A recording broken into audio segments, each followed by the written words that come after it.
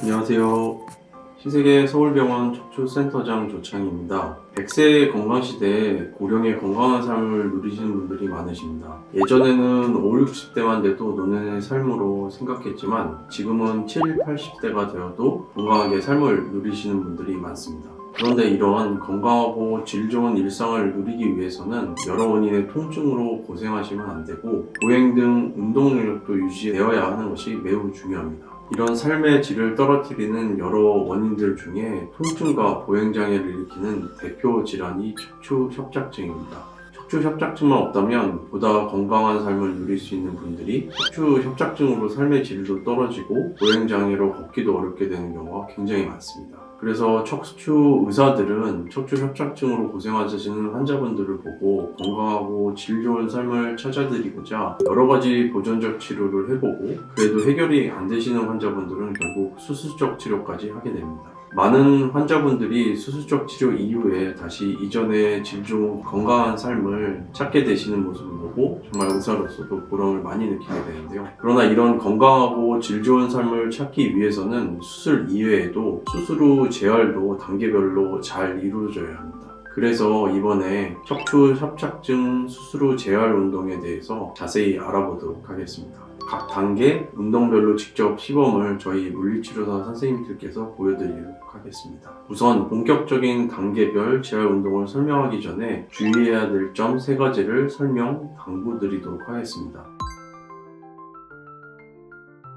첫 번째로는 수술 이전에 협착증 증상이 굉장히 심해지기 전에 환자분의 건강 상태나 운동 상태에 따라 다르게 됩니다. 협착증 수술과 수술 후 재활로 되찾고자 하는 기본 목표는 협착증으로 급격하게 나빠지기 이전의 건강 상태의 복원입니다. 협착증이 심해지기 전 운동 보행의 정도가 실내 거동 정도만 하셨던 분, 실외 거동까지도 하는데 지팡이나 보행기를 사용하셨던 분, 실외 거동에 보행기나 지팡이 없이 어느 정도 가능하셨던 분, 거의 일상생활이나 산책, 운동 등이 무리 없이 진행을 하셨던 분으로 다양한 건강 상태였을 것이고 협착증 수술 재활의 기본 목표는 바로 이 협착증 증상이 심해지기 이전 상태로 회복시켜드리는 것을 목표로 합니다. 즉 이전 환자분의 건강 운동 상태에 따라서 재활 운동의 기간이라든지 강도가 달라질 수 있습니다.